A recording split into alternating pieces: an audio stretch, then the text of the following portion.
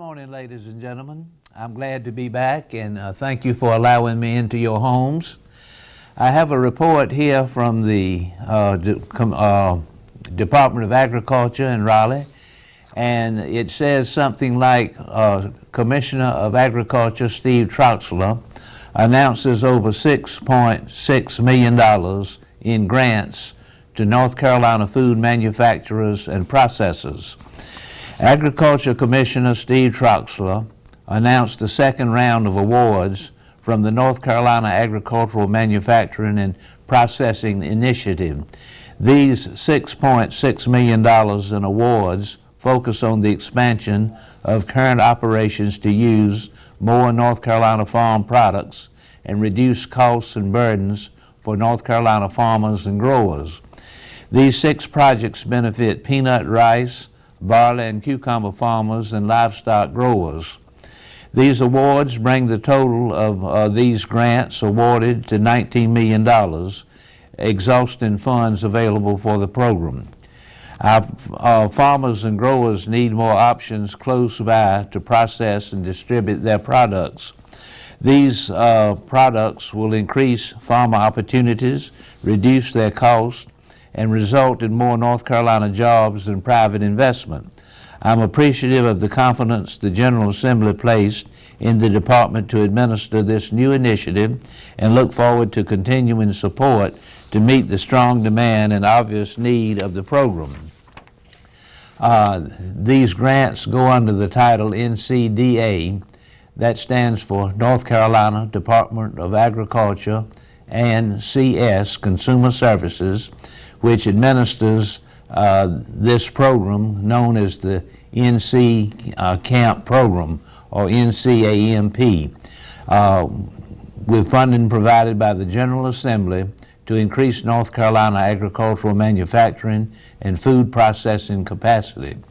And so here are the current recipients of this award and these monies. They include Mount Olive Pickles of Duplin County, $3 million for a pasteurizer. Sandyland Peanut of Hertford County, $1,319,652 for peanut processing. Tidewater Grain of Pamlico County, $180,000 for grain storage bins. Harpley's of Randolph County, $642,000 for meat processing. Carolina Malt House of Rowan County, $750,000 for malt and barley. Finite of Sampson County, $750,000 for fertilizer manufacturing. And these are the current recipients. And this will help cultivate and allow additional hiring, employment, and it will add a value added to our North Carolina products. So we salute that, and I too appreciate what the General Assembly did to make this happen.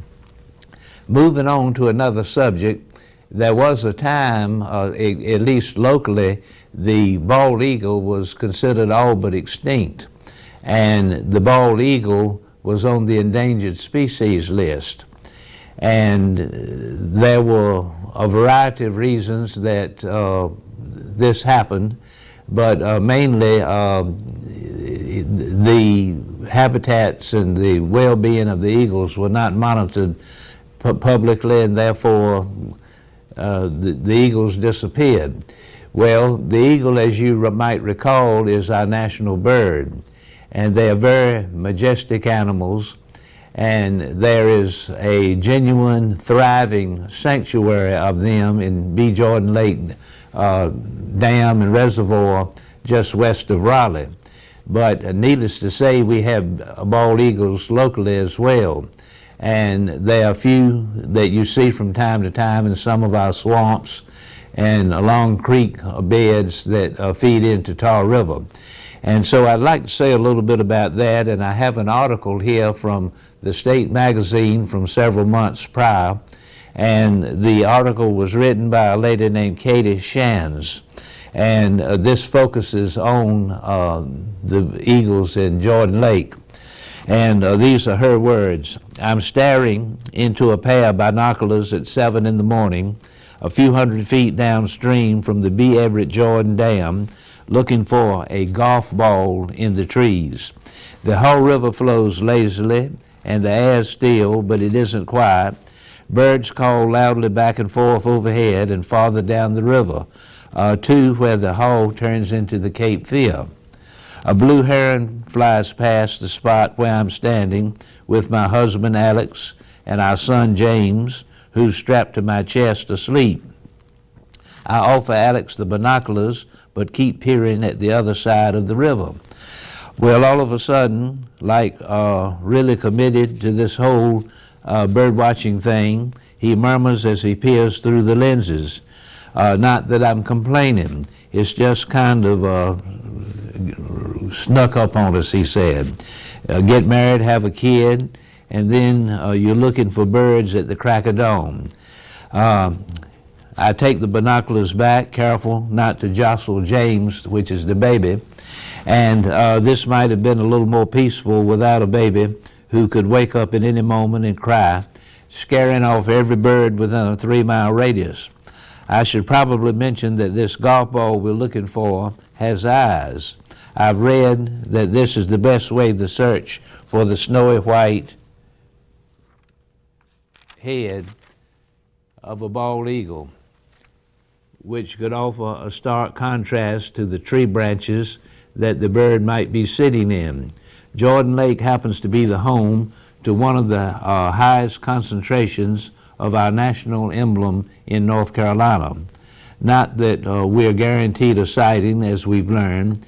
This is the second day in a row that we've come to Jordan Lake Recreation Area in search of the regal raptors. Our first day was spent near the northern end of the lake, where I all but expected a convocation of eagles to welcome us to a stirring rendition of the Star-Spangled Banner.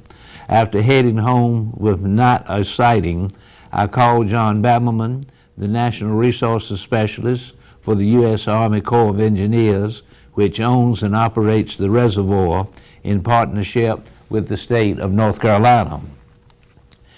And according to what he says, we have 52 bald eagle nests that we know about. That's 50 year-round residents, and there are probably more. And that's not even counting the migratory eagles that pass through in late winter. That's a pretty incredible sight. When the word gets out, you'll see photographers early each morning. They'll take a chair, a blanket, and then they'll wait. Less than 50 years ago, there were no eagle nests here or anywhere else in the state. By the mid-1900s, hunting, habitat destruction, and pesticides like DDT had pushed the species to the brink of extinction in the United States. But federal laws, citizen conservation efforts, and ironically man-made reservoirs have helped make the bald eagle one of the country's greatest comeback successes. The bird's reintroduction to the North Carolina in the early 80s and their soaring numbers around the state today, particularly at Jordan Lake, is a legacy worth pride. According to Mr. Bannerman, who manages the lake, Jordan Lake may even be approaching capacity. So here we are again at a much earlier hour and on Bannerman's advice at the southernmost part of the lake, and we're waiting. This area near the dam is one of the eagle's favorite haunts. It's the place where forest management efforts led to ideal nesting sites. And like the nearby anglers who gather each morning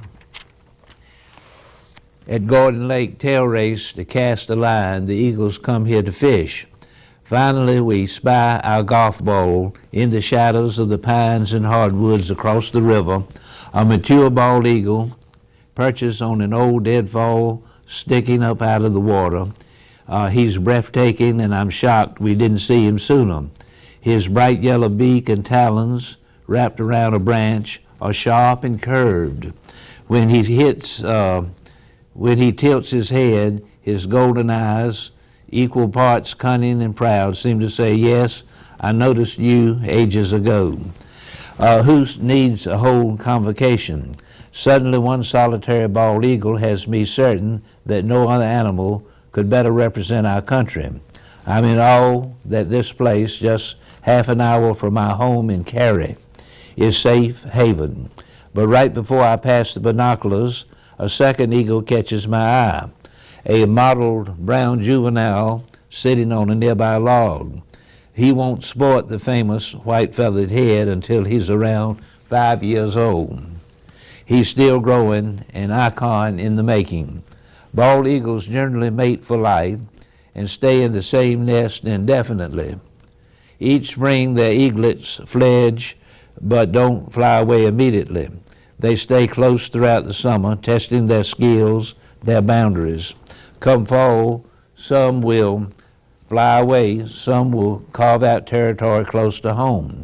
Either way, soon they'll seek true independence, for now they spend their days exploring the projected Piedmont paradise. Eventually, my son James stirs, and the juvenile spreads his wings and lifts off in search of new adventures. As he takes the sky, each beat of his wings seems wildly, joyfully free. This is, as the article alludes to, a true success story.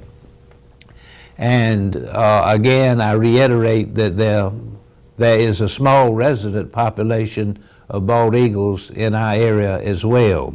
They frequent the Tar River and the tributary creeks that feed the Tar River. So we are enjoying that availability as well. This is all the time I have. Stay warm. Good luck to you. I look forward to next week, and thank you for having me. God bless you.